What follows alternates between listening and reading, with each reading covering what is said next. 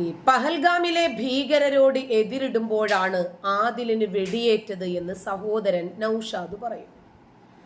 സഞ്ചാരികൾക്ക് നേരെ വെടിയുതിർക്കുന്ന ഭീകരരിൽ നിന്ന് തോക്ക് പിടിച്ചു വലിച്ചപ്പോഴാണ് ആദിലിന്റെ കൈക്ക് വെടിയേറ്റത്. തുടർന്ന് താഴെ വീണ ആദിലിനെ 3 തവണ കൂടി ഭീകരർ വെടിവെച്ചു.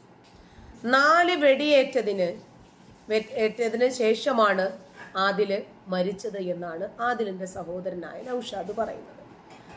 പഹൽഗാം ഭീകരാക്രമണത്തിൽ കൊല്ലപ്പെട്ട 26 പേരിലെ ഏക കാശ്മീർ സ്വദേശിയാണ് 29-കാരനായ ആദിൽ ഹുസൈൻ. അടിവരയിട്ട് നിങ്ങളൊന്ന് മനസ്സിലാക്കണം. സഞ്ചാരികളെ കുതിരപ്പുറത്തേറ്റി ബൈസരൺ കുന്നിന് മുകളിലേക്ക് എത്തിക്കലാണ് ആദിലിന്റെ ജോലി. ബൈസരൺ കുന്നിലെത്തിയ സഞ്ചാരികൾക്കു നേരെ ഭീകരർ വെടിയുതിർക്കുമ്പോൾ പ്രദേശം നന്നായി അറിയാവുന്ന ആദിലിന് വേണമെങ്കിൽ രക്ഷപ്പെടാമായിരുന്നു. എന്നാൽ കുട്ടിക്കാലം തൊട്ട് തന്നെ തെറ്റിനൊപ്പം നിൽക്കാൻ തയ്യാറാകാത്ത ധീരനായിരുന്നു തന്റെ ജ്യേഷ്ഠൻ എന്ന് സഹോദരൻ നൌഷാദ് പറഞ്ഞു. ശരി, അങ്ങനെ തന്നെ ആയിരിക്കട്ടെ. ഇവര് ഭീകരര് 7-8 പേരുണ്ട്. 2 വിഭാഗങ്ങളായിട്ട് തിരിഞ്ഞിട്ടാണ് ഇവർ ആക്രമിച്ചത്. ഈ ആദില് വിചാരിച്ചാൽ അവിടെയുള്ള മുഴുവൻ വിനോദസഞ്ചാരികളെയും രക്ഷപ്പെടുത്താൻ കഴിയുമോ?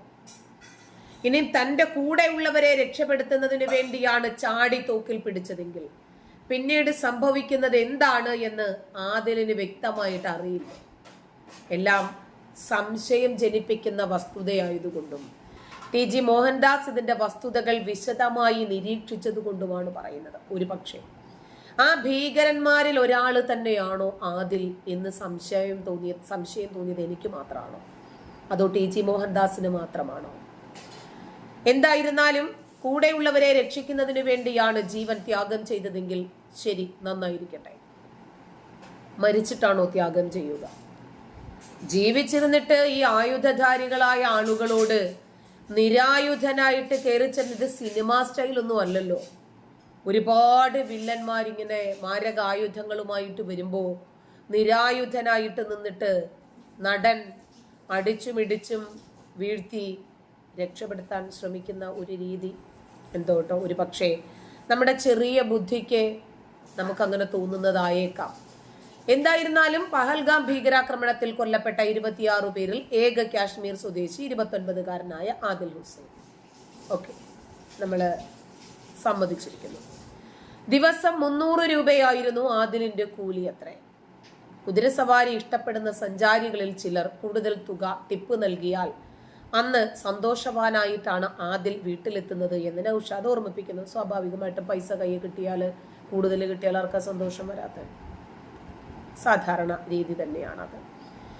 ഇനിയും നേരത്തെ എത്താമെന്നും നാളെ പോകുന്നില്ലെന്നും പെങ്ങളോട് പറഞ്ഞിട്ടാണത്രേ ഏപ്രിൽ 22-ാം തീയതി രാവിലെ ആദിൽ ജോലിക്ക് ഇറങ്ങിയത്.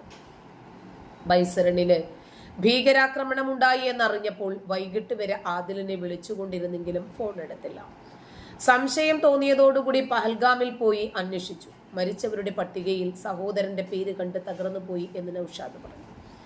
ഇനിയും കണ്ണുനീർ തോരാത്ത ഉമ്മയോട് ഞാൻ പറയും, മറ്റുള്ളവർക്കായി മരിച്ച ധീരനായ യോദ്ധാവിന്റെ മാതാവാണ് നിങ്ങളെന്ന്. ഇത് പറയുമ്പോൾ നൌഷാദിന് തൊണ്ടയിടറുന്നു. ഇനി ആ നാടിന്റെ എല്ലാ ഭൂമിശാസ്ത്രവും വളരെ വ്യക്തമായി അറിയുന്ന ആദിൽ ഭീകരർക്ക് വഴി കാണിച്ചു കൊടുത്തതൊന്നുമല്ലല്ലോ. പിടിക്കപ്പെടും എന്ന് മനസ്സിലായി പ്രാണരക്ഷാർത്ഥം തോക്കിൽ കയറി പിടിച്ചതല്ലല്ലോ. തെളിവ് നശിപ്പിക്കാൻ വേണ്ടിയിട്ട് സ്വയം മരണത്തിന് കീഴടങ്ങിയതല്ലല്ലോ. അല്ല, നമ്മള് സാധാരണഗതിയിൽ നമുക്ക് തോന്നുന്ന സംശയങ്ങളാണ്. കൂടെയുള്ള ആളുകളെ രക്ഷപ്പെടുത്താൻ വേണ്ടിയിട്ട് കയറിപ്പോയി ചത്തുകൊടുത്താൽ കൂടെയുള്ളവര് രക്ഷപ്പെടുവോ, അതോ പെട്ടെന്ന് തോന്നിയ ഒരു അവിവേകത്തിൽ ചെയ്തതാണോ? എന്തായിരുന്നാലും ഇതൊരു കള്ളക്കഥയാണ് എന്നാണ് പൊതുവെയുള്ള നിരീക്ഷണം. ഇതോടെ ഇന്ത്യയും പാകിസ്ഥാനും തമ്മിലുള്ള യുദ്ധത്തിന്റെ അന്തരീക്ഷം കൂടുതൽ കടുത്തു. പഹൽഗാമിലെ ക്രൂരതയ്ക്ക് ഇന്ത്യ മാതൃകാപരമായി കുറച്ചുകൂടി കൂടിയ രൂപത്തിൽ തന്നെ പകരം വീട്ടുമെന്ന് പറഞ്ഞല്ലോ. ചൈനയുടെ തണലിൽ അഭയം തേടിയിരിക്കുകയാണിപ്പോൾ പാകിസ്ഥാൻ. ഓക്കെ, ഇന്ത്യൻ ആക്രമണം ഏത് സമയത്തും പാകിസ്ഥാനെതിരെ ഉണ്ടാകും എന്ന് പാക് പ്രതിരോധ മന്ത്രി വിദേശ വാർത്താ ചാനലിനോട് പറഞ്ഞിട്ടുണ്ട്. അതേസമയം കനത്ത പ്രഹരത്തിന് കളമൊരുക്കാൻ ഡൽഹിയിൽ നിർണായകമായ ചർച്ചകൾ സജീവമാണ്. പ്രതിരോധ മന്ത്രി രാജ്നാഥ് സിംഗ് ഇന്നലെ 2 തവണയാണ് പ്രധാനമന്ത്രി നരേന്ദ്രമോദിയെ കണ്ട് അവസാനവട്ട തയ്യാറെടുപ്പ് വിവരിച്ചു കൊടുത്തത്. ബ്രഹ്മോസ് മിസൈൽ ഉൾപ്പെടെ ഘടിപ്പിച്ച റാഫേൽ, സുഖോയ് യുദ്ധവിമാനങ്ങൾ, റഷ്യൻ നിർമ്മിത അത്യാധുനിക ട്രയംഫ്, അതുപോലെ S-400 മിസൈൽ സംവിധാനം, 44 തെക്കൻ വിമാനങ്ങള്, 12 റോക്കറ്റുകള്, കുതിച്ചുപായുന്ന പിനാക്ക, ആകാശ്, പൃഥ്വി, പിന്നെ 300-ൽ പരം മിസൈലുകള്, അനേകം മാരകായുധങ്ങള്, ഇതൊക്കെ സജ്ജമാക്കി ഇന്ത്യ എപ്പോൾ വേണമെങ്കിലും ഇന്ത്യയെ ചൊറിഞ്ഞവരെ മാന്തി പൊളിക്കാൻ സജ്ജരായി നിൽക്കുകയാണ്. നാവികസേന യുദ്ധക്കപ്പലുകൾ അറബിക്കടലിൽ റെഡി. അപ്പോ കരമാർഗത്തിലൂടെയും വ്യോമമാർഗത്തിലൂടെയും ജലമാർഗത്തിലൂടെയും ഇന്ത്യൻ സൈന്യം എല്ലാ വിധത്തിലുള്ള തയ്യാറെടുപ്പുകളും റെഡിയാക്കി കഴിഞ്ഞു. AQ-9B ഡ്രോണുകളും രംഗത്തിറങ്ങി. സഖ്യകക്ഷിയായ തുർക്കിയും പാകിസ്ഥാനെ സഹായിക്കാൻ രംഗത്തുണ്ട്. പക്ഷേ ചൈന, തുർക്കി, പാകിസ്ഥാൻ കോംബോ അപകടകരമാണ് എന്ന് എല്ലാരെക്കാട്ടിലേറെ ഇന്ത്യക്ക് അറിയാം. അതുകൊണ്ട് ശത്രുവിനെ നിസാരനായിട്ടല്ല ഇന്ത്യ കരുതുന്നത്. ശത്രു പ്രബലനാണ്. അതുകൊണ്ട് അതിലും വലിയ പ്രാബല്യം നമ്മൾ നേടേണ്ടതുണ്ട്. 7 C-130 വിമാനങ്ങൾ തുർക്കിയിൽ നിന്ന് കറാച്ചിയിൽ, ഇസ്ലാമാബാദിലേക്കൊക്കെ ഇറങ്ങിയിട്ടുണ്ട്. ഇതിൽ മാരകമായ ആയുധങ്ങളുണ്ട് എന്നാണ് സൂചന. ചൈനയിൽ നിന്ന് ദീർഘദൂര PL-15 മിസൈലുകൾ പാകിസ്ഥാന് ലഭിച്ചതായിട്ടും റിപ്പോർട്ടുകൾ വന്നിട്ടുണ്ട്.